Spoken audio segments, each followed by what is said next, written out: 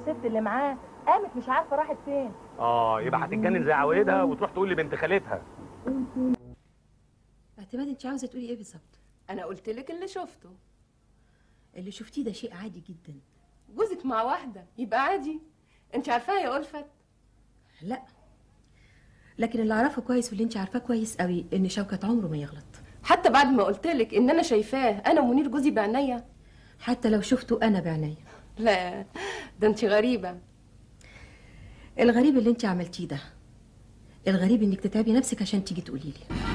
يعني هتكون هناك بعد اسبوع؟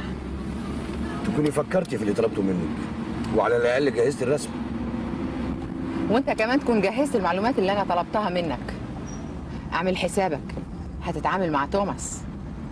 على فكرة توماس ده مش سهل. طمني.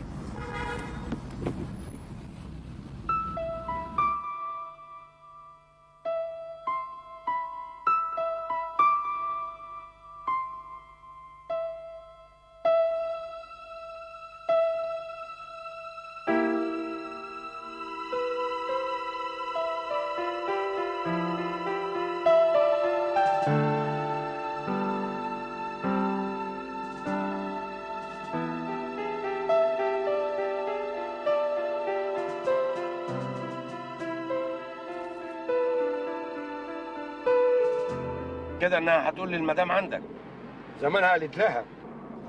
عموما مبروك، ومجهود كبير حصل النهارده. الحمد لله.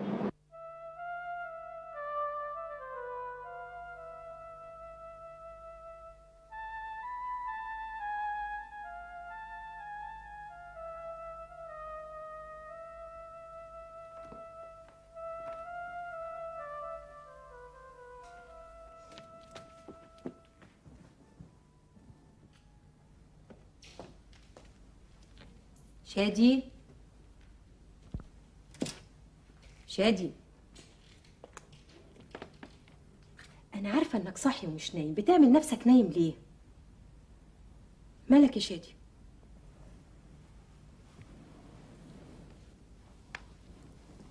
شادي، انا ماما يا حبيبي.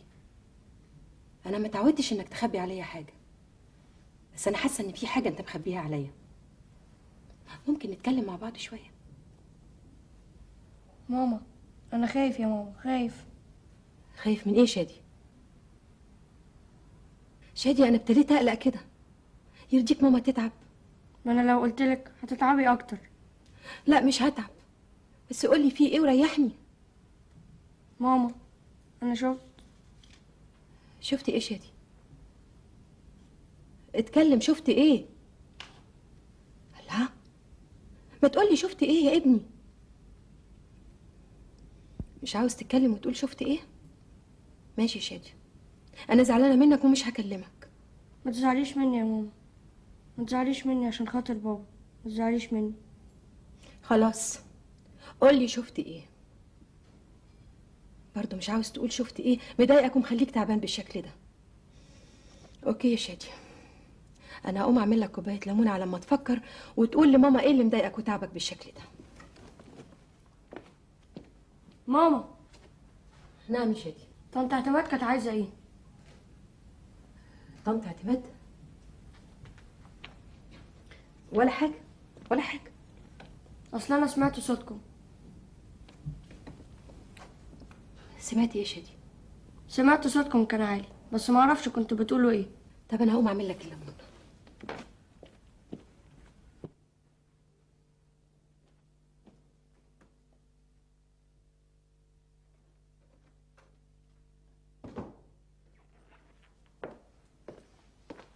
مساء الخير. قول صباح الخير. والله احنا بينا الصبح، لكن انت ايه اللي مصحيك لغايه دلوقتي؟ شادي كان تعبان شويه. ماله؟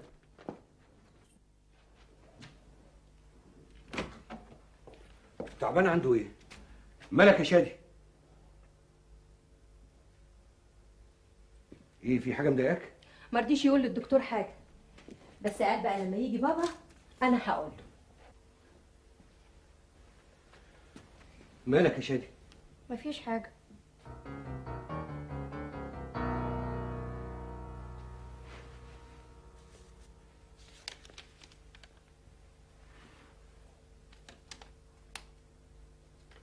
انت اللي اتصلتي؟ لا. انت عارفه انا قابلت مين الليله؟ مين؟ اعتماد بنت خالتك وجوزها. بس انا عملت ان انا ما شفتهمش لان ما كنتش فاضي. كان معايا نائبه رئيس شركه تاور للملاحه البحريه، دي اكبر شركه عملت معاها تعاقدات في السفريه اللي فاتت، والليله كنا بنكمل التعاقد. اسمها اوليفيا؟ ايوه، وساكنه في الاوتيل ده. احضر لك العشاء؟ لا مفيش داعي، انا نفسي في كوبايه شاي. تصبح على خير يا شادي. بابا، ايوه يا حبيبي. انت اشتغلت مع الست دي؟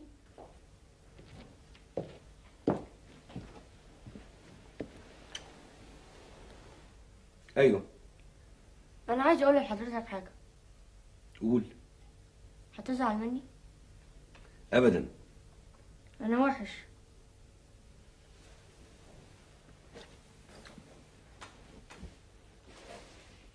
بس اتضايقت لما عرفت ان حضرتك في الفندق مع الست دي.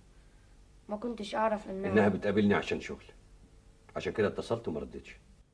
هتسامحني؟ انت ما غلطتش عشان اسامحك، بس في حاجه عايزك تعرفها. اوعى تفقد الثقه في بابا في اي يوم من الايام، واي حاجه عايز استفسار استنى لما تسالني، بدل ما تعمل اي حاجه لوحدك وبعدين تبقى خايف من اللي انت عملته. ها؟ وانا اوعدك اني هجاوب على كل اسئلتك بمنتهى الصراحه.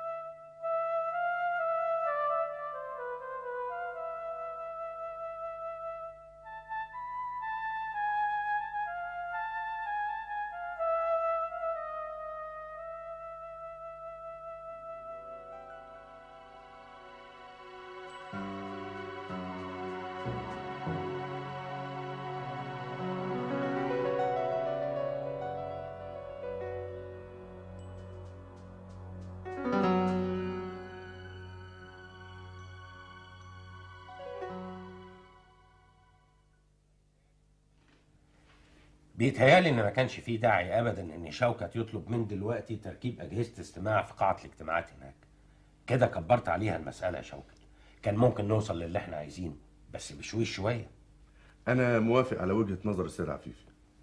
على فكره شوكت، الطلب كبير ويمكن يخوف العميله، على الرغم من سلامه تجنيدها وقوه السيطره عليها. دي ما عندهاش مانع تروح هناك وتنتحر. الحقيقه انا حسبتها بشكل تاني خالص. المطلوب من اوليفيا حاجتين: واحد، محاضر الجلسات الخاصة باجتماعات قيادات مخابرات بعض الدول مع قيادة الموساد، وده موجود عندها على الكمبيوتر، وده طلب مش سهل. يعني نتصور لو احنا حصلنا على المحاضر دي فعلا قد ايه كم المعلومات اللي هنطلع بيها واللي هنقولها للسيد الرئيس. طلب صعب. طب عشان هي تشعر ان ده طلب سهل وممكن تنفذه بسرعة، يبقى لازم اطلب منها الاصعب منه بكتير تقوم تنفذ السهل. والدليل على كده انها وافقت على تنفيذ الطلب الممكن، انما الطلب الثاني مثلا قالت عليه مستحيل. يعني هو منطق معقول جدا، انما الخوف هنا ان هي تصمم على ان تحقيق الطلب الاساسي مستحيل. هو فعلا يا فندم داخل في بند المستحيل كتنفيذ عمليه، انما اللي مش مستحيل ان اقدر اقنع اوليفيا بتنفيذ خطه محكمه انا اوضعها. دلوقتي العمليه افرزت نتائج فرعيه لكنها مهمه جدا. مثلا اظهرت مجموعه من عملاء العدو جوه البلد ما كناش نعرف عنهم حاجه. يا ترى دول مصيرهم هيكون ايه؟ مع اعتبار انهم هيعملوا في الحصول على اكبر كم من المعلومات واخراجه بره البلد. دول بقى مش ممكن نقرب لهم، قصدي يعني مش ممكن نقبض عليهم والا شوكت ينكشف. دول ممكن تتبعهم كل واحد لوحده مع التركيز على المعلومات اللي بيبعتوها. كذلك ممكن استخدامهم في توصيل معلومات خطأ بطريقة غير مباشرة، وده اللي بيحصل فعلا. كذلك ممكن استغلالهم في متابعتهم لشوكت لتأكيد أمنه. دلوقتي أنا بستأذن اللجنة إن احنا نبدأ نحضر نفسينا للعملية الكبيرة. يعني إيه؟ العملية الأساسية هي زرع أجهزة تسجيل واستماع داخل القاعة السرية اللي بيجتمعوا فيها، ويا ريت كمان نقدر نزرع أجهزة تصوير، ودي عملية فنية في المقام الأول. عشان كده أنا محتاج لمجموعة من الفنيين يكونوا على أعلى مستوى من الكفاءة، وابدا تدريبهم من دلوقتي عشان نوصل لاعلى معدل سرعه في التنفيذ. يا ريت تسمحوا لي باختيار العناصر اللي هيشتركوا معايا، لان عايزهم من نوعيه معينه وكفاءه خاصه. لو سمحتوا لي بكده هختارهم وهبدا معاهم برنامج التدريب قبل سفر الاسبوع اللي جاي.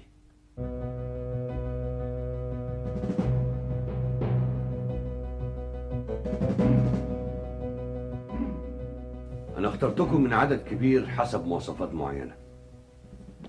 أهم شيء في العملية دي الانضباط في العمل، الذكاء الشديد، حسن التصرف وسرعته. بس عايز أقول لكم قبل ما نبدأ إن نسبة الخطورة في العملية دي بتزيد على 90%.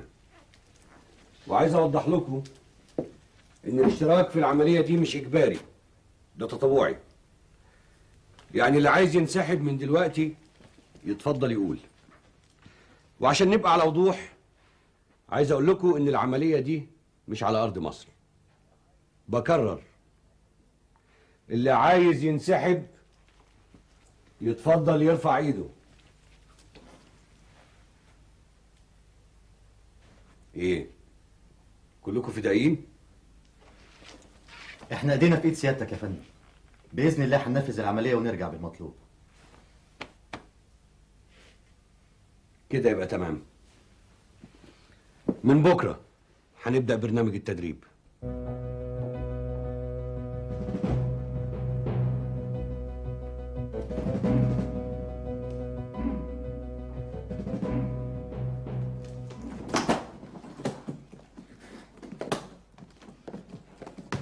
ايوه يا مجدي. بعت تليكس لشركة باور العالمية بميعاد وصول طيارة سيادتك. حجزتي؟ بكرة الطيارة تيك اوف الساعة 12، يعني 10 في المطار. شيليه في المرسلات. شوكت جاهز للسفر يا فندم. ان شاء الله يا شوكت ترجع لنا بمعلومات كبيرة. بإذن الله يا فندم أرجع بالمعلومات اللي طالبها السيد الرئيس. انت طبعا عارف المسؤولية اللي عليك، مش انت اللي هوصيك. ما تخافش يا فندم، شوكت مسافر وجاهز لهم تماما. انتم مربطين كويس بينكم وبينه وهو هناك؟ تمام يا فندم. كل شيء معمول حسابه يا فندم، وإن شاء الله تتنفذ العملية بنجاح. ربنا معاك يا ابني.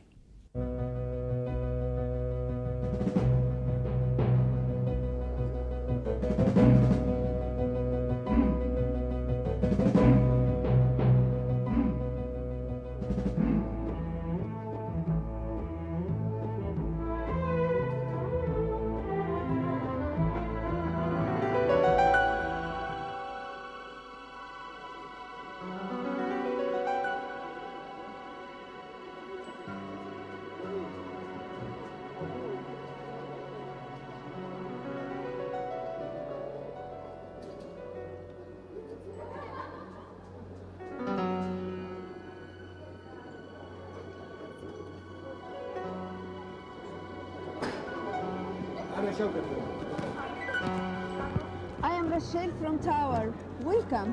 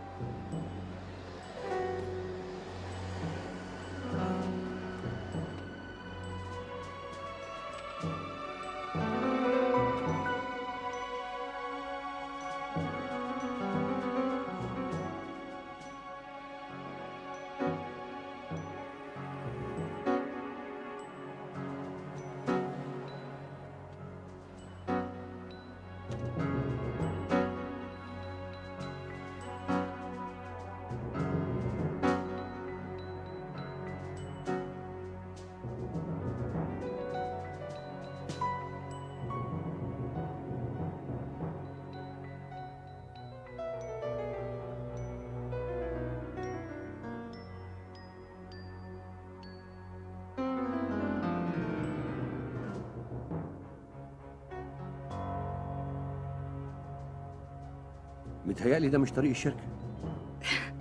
احنا مش رايحين الشركة.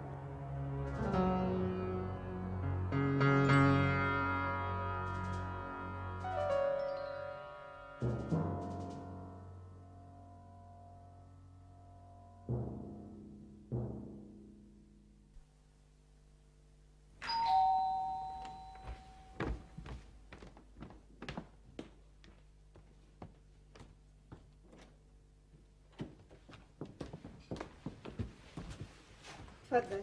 You're very welcome. Thank you.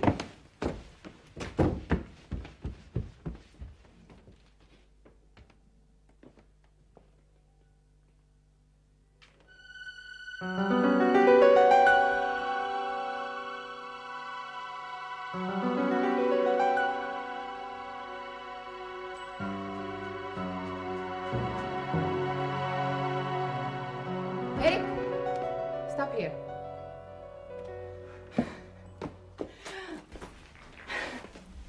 بيقولوا في مصر الحمد لله على السلامة. الله يسلمك.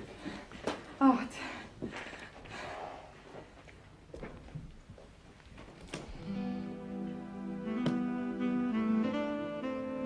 ما تخافش، مش هيعمل لك حاجة إلا إذا قربت من باب الفيلا. ايه انا محبوس هنا ولا ايه؟ لا أبدا، ده السيف هاوس بتاعنا اللي هتقعد فيه مدة التدريب.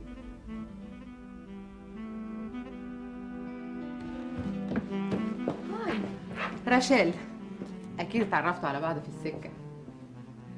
تريزا، الاتنين هيقعدوا معاك في الفيلا والاتنين في خدمتك. راشيل، يا ريت تدخلي الشنطة الأوضة. حاضر.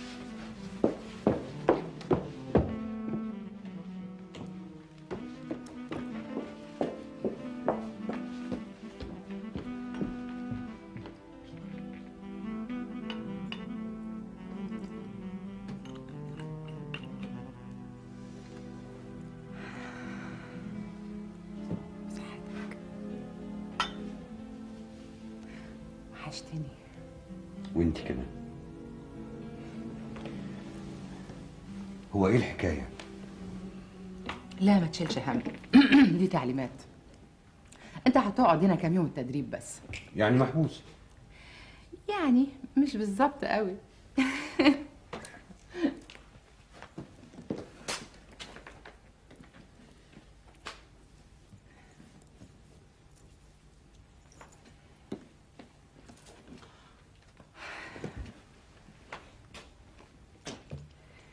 يا ريت ما تحاولش تخرج عشان مش هتقدر. انا هضطر اسيبك دلوقتي. هجيلك بكره الصبح الساعه 9 بالظبط عشان نبتدي التدريب.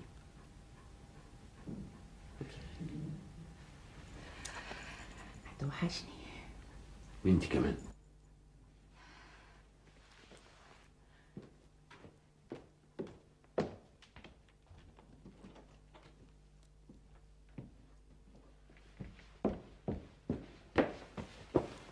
تحب نحضر عشاء؟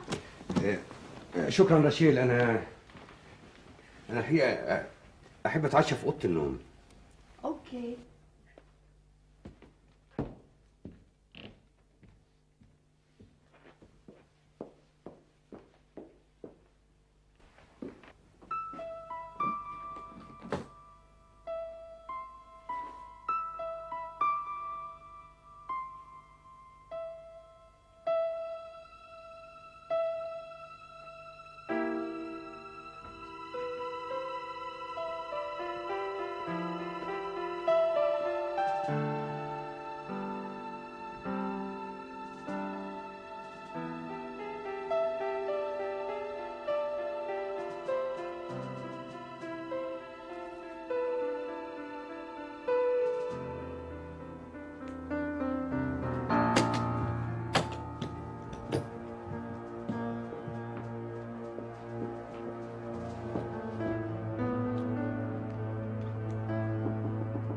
ادخل. هاي.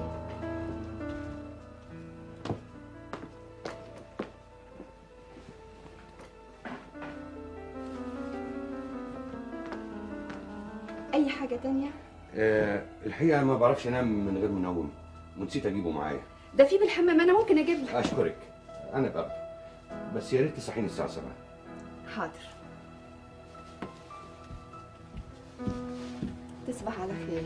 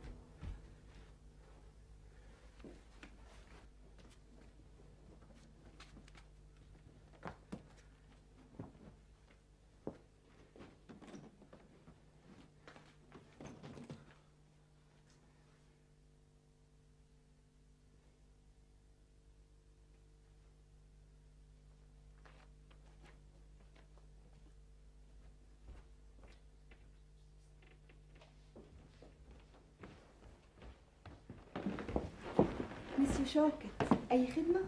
احنا هنا عشان ننفذ لك كل اللي تطلبه. كل اللي تطلبه. انا خدت حبايه منوم بس ما جاليش نوم، قلت اخرج اقرا شويه. تحب تسمع ميوزك؟ يا ريت.